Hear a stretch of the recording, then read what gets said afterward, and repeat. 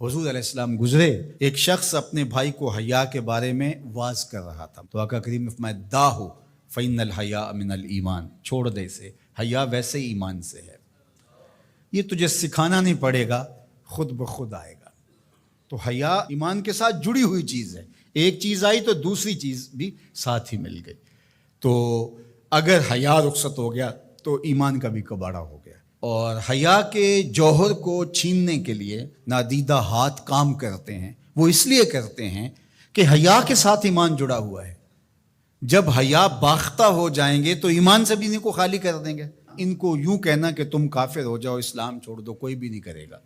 تو بہتر نہیں ہے کہ ان کو حیا سے خالی کر دیں، تو وہ ساتھ پیچھے ساتھ ہی چلی آئے گی چیز۔ تو اب دشمن کی یہ چال یہ ہے کہ یہ مسلم کافر تو نہیں ہوں گے، لیکن اس طرح کیا جائے کہ ان کو مسلمان بھی نہ رہنے دیا جائے۔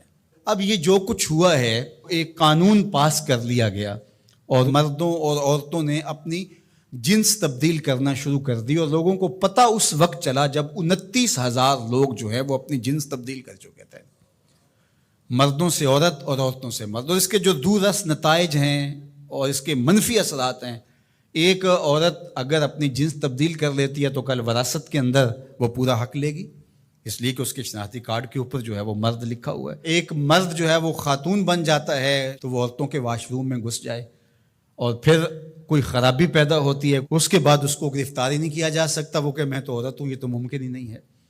تو بتاؤ کیا ہوگا؟ معاشرہ کس سمجھ جا رہا ہے اور کس رخ پہ جا رہا ہے؟ یہ ہم نے کبھی سوچا تھا؟ جس معاشرت کی اصطلاحات میں حیا آتا ہے، جس معاشرت کی اصطلاحات میں تقوی آتا ہے، جس معاشرت کی اصطلاحات میں عفت، پاک دامنی، اس طرح کی اصطلاحات ہیں جس قوم کی، اس قوم کے ایوان بالا میں اور ایوان زیری میں یہ قرارداد آتی ہے، پھر باقاعدہ یہ قانون کا حصہ بنتا ہے، اور پھر باقاعدہ عملی تنفیذ ہوتی ہے۔ اور جن این جی اوز نے کروڑوں نہیں اربوں روپے اٹھائے ہیں، وہ رپورٹ پیش کرتے ہیں کہ ہم 29,000 کے فگر تک پہنچ کر آگے بڑھ رہے ہیں۔ شب خوں مار دیا جاتا ہے، لوگوں کو پتہ ہی نہیں چلتا۔ جو 22 کروڑ عوام نے نمائندے بھیجے تھے، وہ اتنے بے خبر تھے کہ وہ وہاں بیٹھ کے جو ہے وہ چائے کے کپ کی چسکیاں لیتے رہے اور ڈیسک بجاتے رہے، انہیں پتہ ہی نہیں کیا ہو گیا۔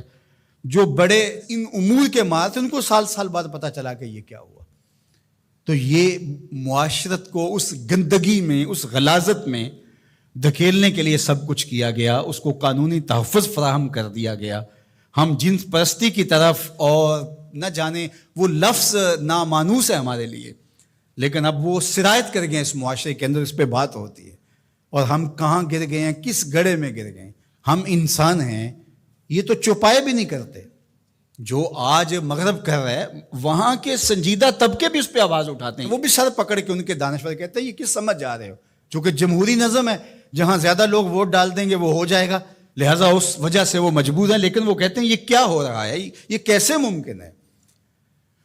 اللہ تعالیٰ نے قرآن مجید میں ارشاد فرمایا اولئک کالانعام بل ہم اضل، انسانوں کی اقدار سے برگشتگی اور ان کا اخلاقیات سے دور ہو جانا، اور اس کے نتیجے کو اللہ تعالیٰ بیان فرماتا ہے۔ تمثیل کے طور پہ چیز بیان فرمائی کہ یہ لوگ چوپائے ہو گئے ہیں، اولئک کالانعام، یہ چوپایوں کی طرح ہے۔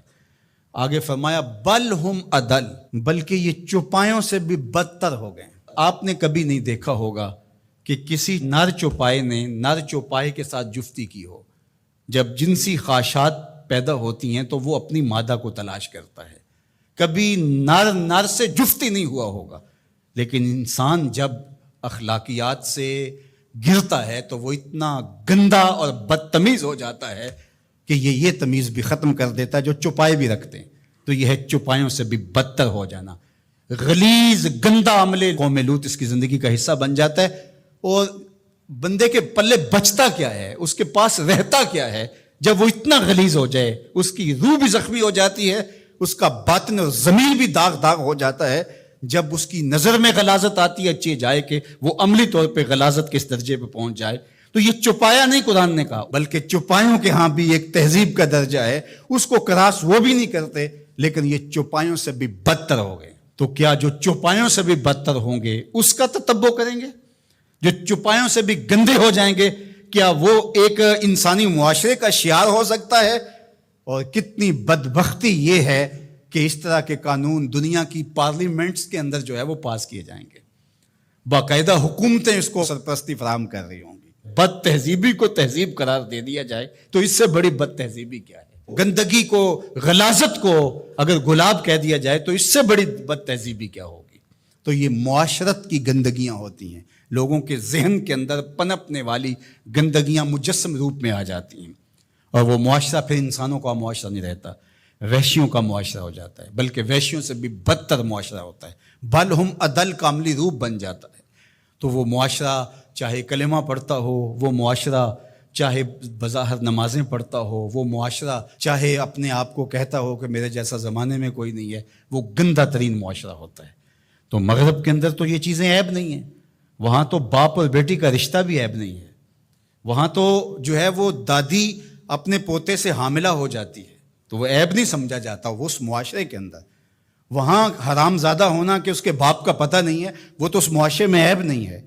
تو کیا مغرب کی نقالی میں ہم سب کچھ قبول کر لیں گے؟ ان کی جو چیزیں اختیار کرنے والی ہیں وہ تو ہم نے کی نہیں ہیں، ان کی وہ مادی ترقیاں جو ہمارے دین کے راستے میں رکاوٹ نہیں بنتی تھی وہ تو ہم نے کی نہیں، لیکن ہم ان کی غلاظتیں، گندگیاں اور ان کی وہ جہالتیں، اس کو ہم جو ہے وہ اپنے سینے سے لگاتے ہیں اور مغرب کو خوش کرنے کی کوشش کرتے ہیں۔ یہ ہمارے اشرافیہ کا روپ ہے، اگرچہ عوام کا یہ روپ نہیں ہے، لیکن آہستہ آہستہ عوام، یہ جو 29,000 لوگوں نے رجسٹرڈ کروایا ہے، تو یہ کون لوگ ہیں؟ اسی معاشرے کے لوگ ہیں۔ تو یہ معاشرہ کس سمت جا رہا ہے؟ اس کے لیے ہمیں غور و فکر کرنا ہوگا، اپنی نسلوں کو بچانا بھی ہوگا۔